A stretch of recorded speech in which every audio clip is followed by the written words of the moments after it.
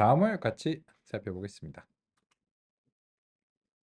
매개 변수를 학습하기 위해서는 어떠한 모형이 다른 것보다 더 나은지 평가하는 기준이 필요합니다. 지도 학습의 목표는 정답에 가능한 가까운 예측을 하는 것입니다. 그래서 정답과 예측의 오차를 최소화하는 과정이 학습이라고 할 수 있습니다.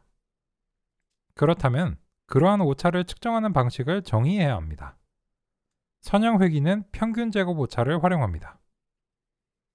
오차는 정답과 예측의 차이로 간단하게 정의할 수 있습니다. 각 표본별로 측정된 오차는 전체적으로 취합될 필요가 있습니다. 즉 종합 오차를 구해야 합니다. 오차가 양수 음수 모두 가능하기 때문에 취합하기 위해서는 최소한 절대값이 필요합니다. 미분을 활용해서 최적화를 수행하는 방식을 선택할 수 있도록 오차를 제곱하여 합계를 구하는 종합 오차를 정의할 수 있습니다. 표본 개수로 정규화하기 위해 표본수로 나누어 주면 평균 제곱 오차가 됩니다. 종합 오차는 종종 손실이라고 부릅니다. 이렇게 정의한 손실함수의 매개 변수에 대해 해를 구하면 최적의 매개 변수를 구할 수 있습니다.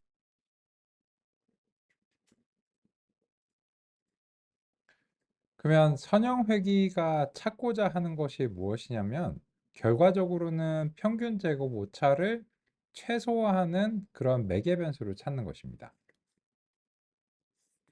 그러면 아이고 슬라이드를 한번 껐다 켜야 될 것 같습니다.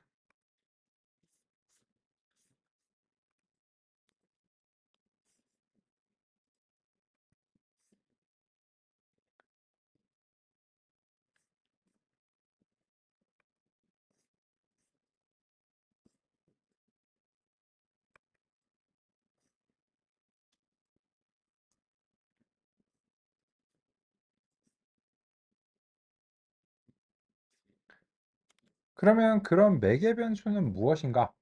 라고 하면은 기울기와 절편이죠.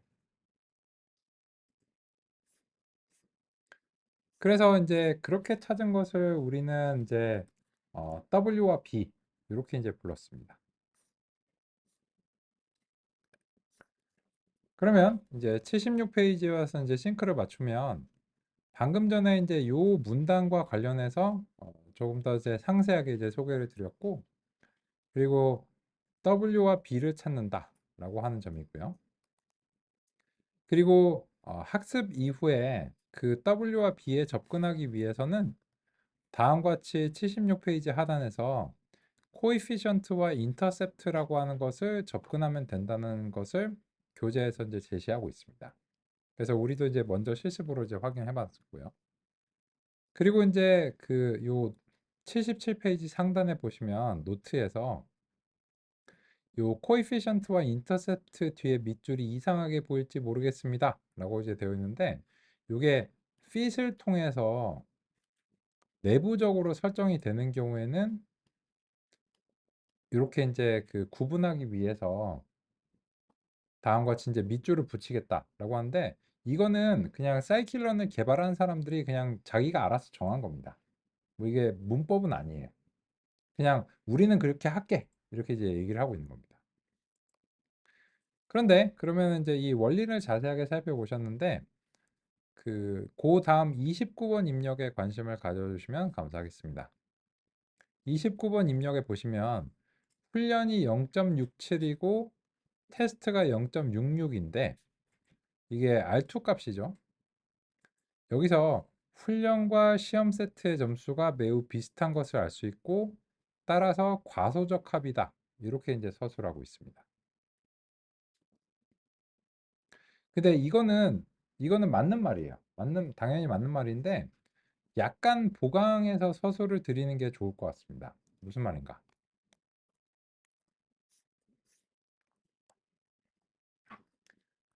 교재에서도 나와 있지만 그 어제 이제 논의드린 점이 무엇이냐면 이 성능의 문제는 크게 두 가지입니다. 과소적합이냐,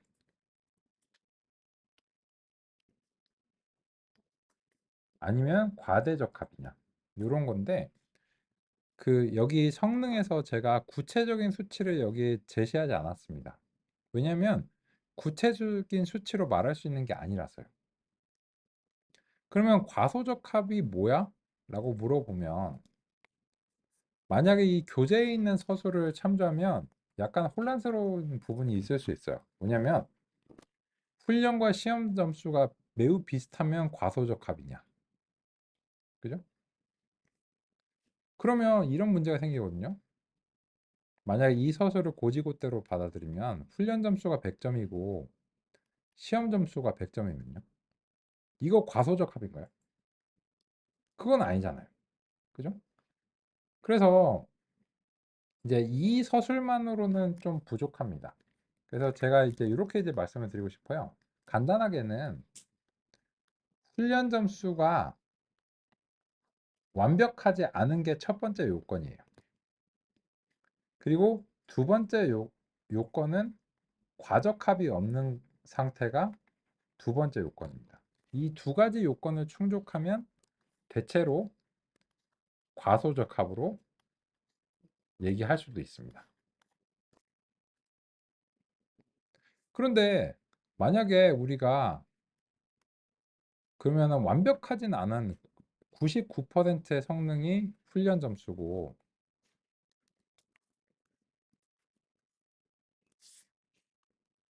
시험 점수가 99%야. 그러면 과소적합이야? 어떻게 생각하시나요? 요 요런 상황이 과소적합일까요? 이 기준에 따르면 과소적합. 이 기준에 따라. 근데 그래서 과소적합인 경우에는 보통 과소적합으로 판정하는 경우는 이거를 좀 더 성능을 올려볼 여지가 있다라고 하는 표딱지를 붙이는 경우가 과소적합인데요. 지금 어떤가요? 훈련 점수가 그 1.0에 비해서 너무 낮죠. 근데 둘의 차이는 많이 없으니까 과적하고 낮죠. 근데 너무 낮은 수준에 있으니까 얘를 끌어올려야 되는 상황. 그러면 과소적합으로 판정을 하고서 과소적합에 대응하는 적절한 조치를 취하는 거예요. 그래서 상당히 주관적인 판단이 많이 들어간다는 거예요.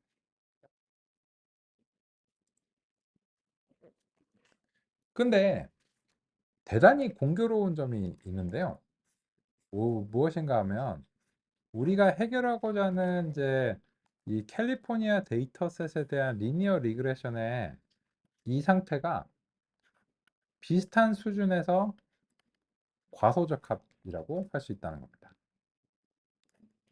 그런데 이게 공교롭게도 여기에 대응이 되는데 그리고 또 이제 비슷한 수준의 점수인데 데이터셋은 전혀 다릅니다. 보시면 데이터셋은 이 점수가 나온 데이터셋은 mgrun의 make로 시작하는 데이터셋인데요. 이 make로 시작하는 것은 실제 데이터가 아닙니다. 그런데 이제 이거를 일부러 선형 모델이 좀 잘 못하는 거를 이제 만든 거예요. 근데 우리랑 양상이 비슷하니까 요 시점과 이제 전혀 우리가 이제 데이터가 다름에도 불구하고 요 아래쪽에 있는 논의를 우리가 이제 반영할 수 있는 이제 상태입니다. 그런데 교재에서는 이게 그 전개가 요거는 조금 이상하다고 이제 생각하거든요. 뭐냐면 mg론에서 인위적인 데이터셋으로 이런 식으로 그 훈련과 시험 점수의 언더핏을 제시를 하고 나서 요 아래에서는 데이터셋을 바꿔요. 보스턴 데이터셋을 기반으로 한 걸로 바꾸거든요. 그러면은 여기에 대해서 어떤 조치를 취했을 때 여기 이제 이 메이크 웨이브에 대한 개선인가를 알 수가 없는 상황이거든요. 그래서 이제 이 전개가 조금 이상하다고 생각합니다. 그래서 이 부분과 관련돼서는 우리가 여기를 논의할 건데 그 교재와는 다르게 좀 전개가 될 것이다 라고 하는 점으로 이제 먼저 상의를 드리고 같이 살펴보겠습니다. 그러면 이 아래쪽에 보시면 이제 이 우리의 예시에서는 이 선형 회귀가 지금 과소적합은 아니고 이제 오버핏인 상황이에요. 그런데 지금 이제 과소적 합이 선형 회귀에서 왜 발생하는가라고 하는 점을 이제 소개를 드리기 위해서는 여기에 대해서 조금 수정을 좀 하겠습니다. 그런데 이제 기존의 기록을 남겨두기 위해서 셀을 복사한 다음에 아래쪽에다가 이제 붙여놓고 좀 수정을 하겠습니다. 그리고 이제 우리의 이제 주제는 선형 모형의 데이터 분포와 선형 모형의 특성 차원의 관계.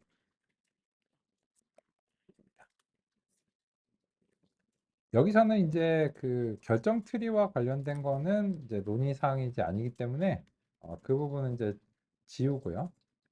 결정 트리 부분들은 이제 삭제를 하겠습니다. 위에 기록이 남아 있으니까요. 그리고 훈련 시험 데이터 분리를 하지 않겠습니다. 지금은 이제 최적화에 이제 관련된 문제니까요. 그래서 이제 훈련 시험 데이터 분리는 하지 않고 그냥 전체 데이터로 최적화를 하는 걸로 수행을 하겠습니다. 그리고 수정을 하신 다음에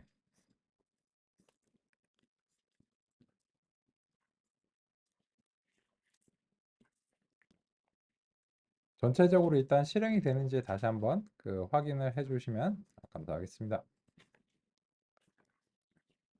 그래서 이제 훈련 시험 분리 부분이 없어졌고요. 결정 트리 부분도 이제 삭제를 했습니다. 이제 선형 모형에만 이제 집중하기 위해서 다음과 같이 구성했습니다. 그리고 이제 그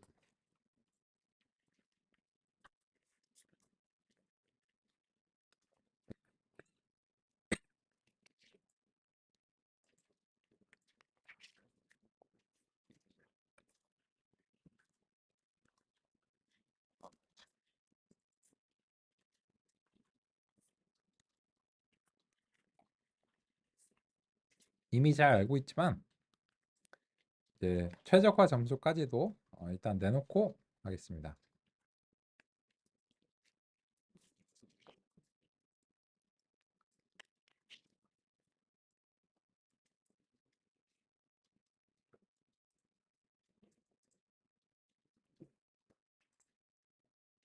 약은 자꾸 했던 걸 왜 또 하냐 이렇게 생각하실 수 있는데 여기서 바꿀 게 있어서 그래요. 일단 이게 잘 되는지 확인을 먼저 해야 여기서 이제 바꾸는 것도 안정적이기 때문에 그렇습니다.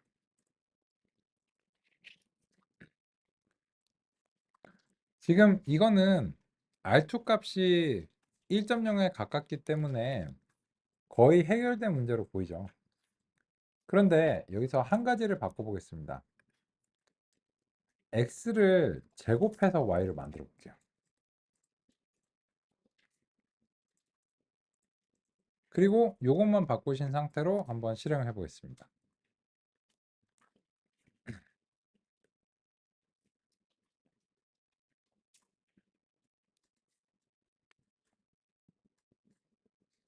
그러면 x를 제곱해서 y를 만들면 R2가 빵점 나옵니다. 왜 그럴까요? 눈으로 보면서 한번 살펴보겠습니다. 실제 데이터는 x제곱의 형태를 띠고 있습니다.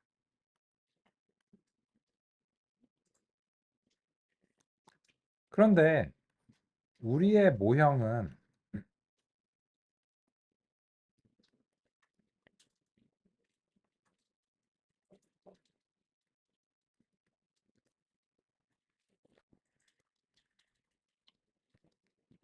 직선만 그릴 수 있습니다.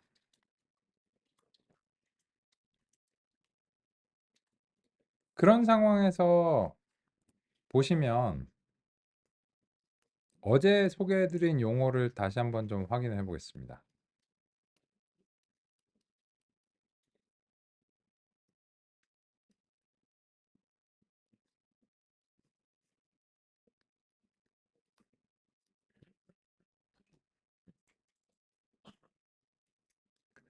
과소적합의 근본적인 원인이 무엇인가? 라고 하면 현재 시각적으로 표시한 거에서는 데이터의 복잡도에 모형의 표현력이 못 미치는 경우 과소적합이 발생한다는 것입니다.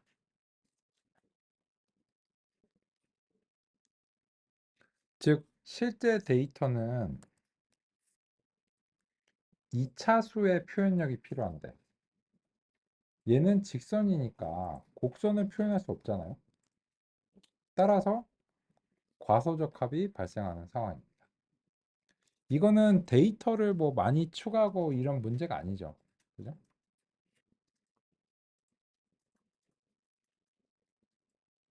그럼 어떻게 해? 이런 것도 얘는 뭐 직선밖에 안 된다면 얘는 이제 못할 거 아니야. 그죠? 그런데 그러면 우리한테는 실제로는 이상적인 모형은 뭐가 필요한가요? 이상적인 모형 W0는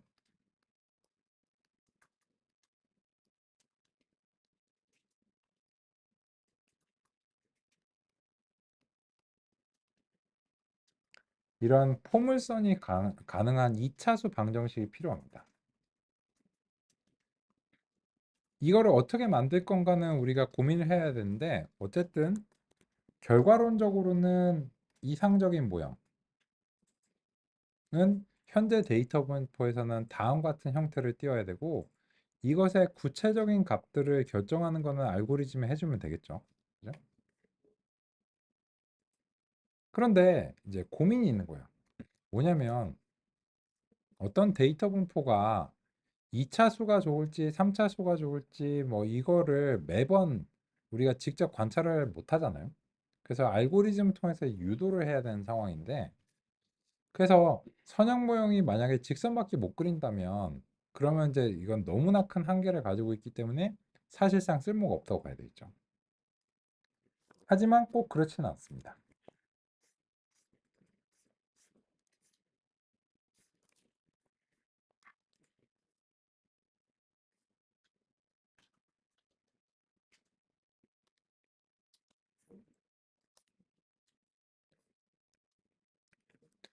직선이 그려지는 거는 언제 그런가 보면은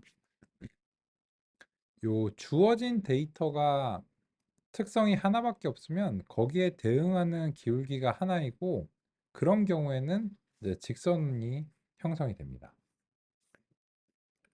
그런데 그렇다면 데이터의 특성이 더 많은 차원이 주어진다면 거기에 대해서 다른 형태가 됩니다.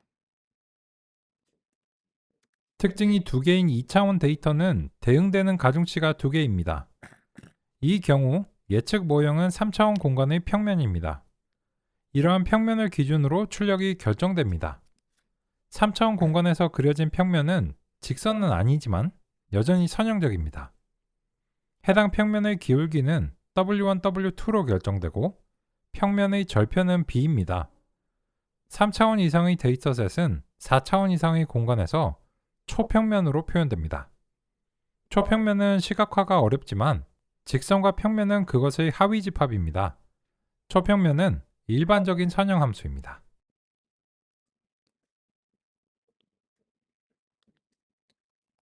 그러면 여기서 보시면 x1하고 x2 두 개가 이제 주어지면 이제 2차원의 샘플 공간에서 이제 산점도가 이제 그려지겠죠.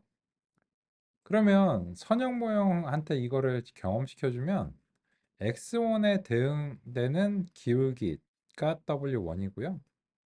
x2에 대응되는 기울기가 W2입니다. 그러면 혹시 이렇게 생각하실 수 있어요. 이거는 직선이 아니기 때문에 선형 모형이 아니지 않아? 라고 생각하실 수 있는데 선형 모형의 정의가 직선이라는 게 아닙니다. 이게 각각의 변수와 이 출력의 관계가 선형적이라는 뜻이지 전체가 무조건 직선이 돼야 된다는 게 아닙니다.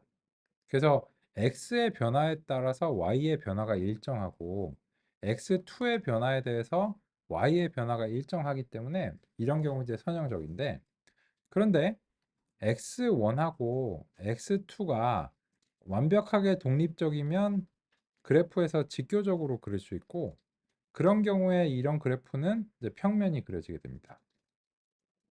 성주야, 오케이, 그건 알겠다. 그건 알겠는데 지금 그게 우리의 논의랑 무슨 상관이 있니? 이거는 뭐 지금 평면이 들어온다고 해도 포물선은 안 되잖아.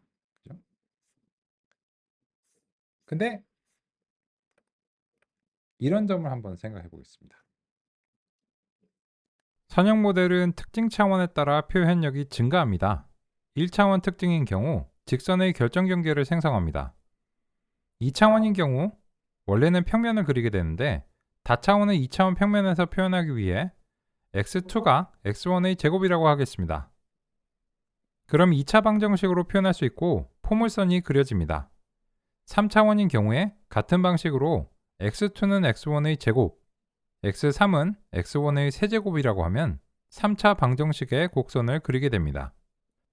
이런 식으로 살펴보면 선형 모델에서 특징 차원이 증가할수록 보다 복잡한 모형 구성이 가능하다는 것을 이해할 수 있습니다. 요거는 이제 우리가 실습을 통해서 먼저 확인하고 구체적인 논의는 빅브레이크 이후에 이제 살펴보겠습니다. 여기서 이렇게 해보겠습니다. x2라고 하는 것을 만들고요.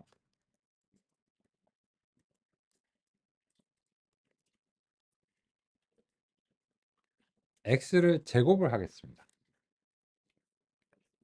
그리고 아래쪽에서 xs를 다 x2로 바꿔주겠습니다.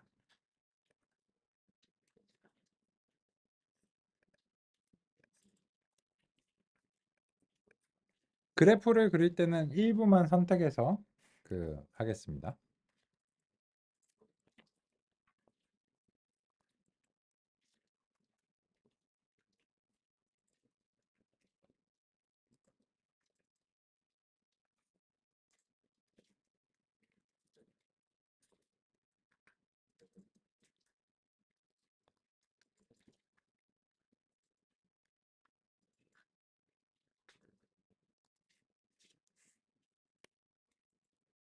이것을 통해서 빵점 맞던 애를 100점에 가깝게 만든 것을 확인할 수 있습니다. 일단 우리 여기까지 살펴보고 빅브레이크 이후에 왜 이렇게 됐는가 구체적으로 논의해 보도록 하겠습니다. 빅브레이크.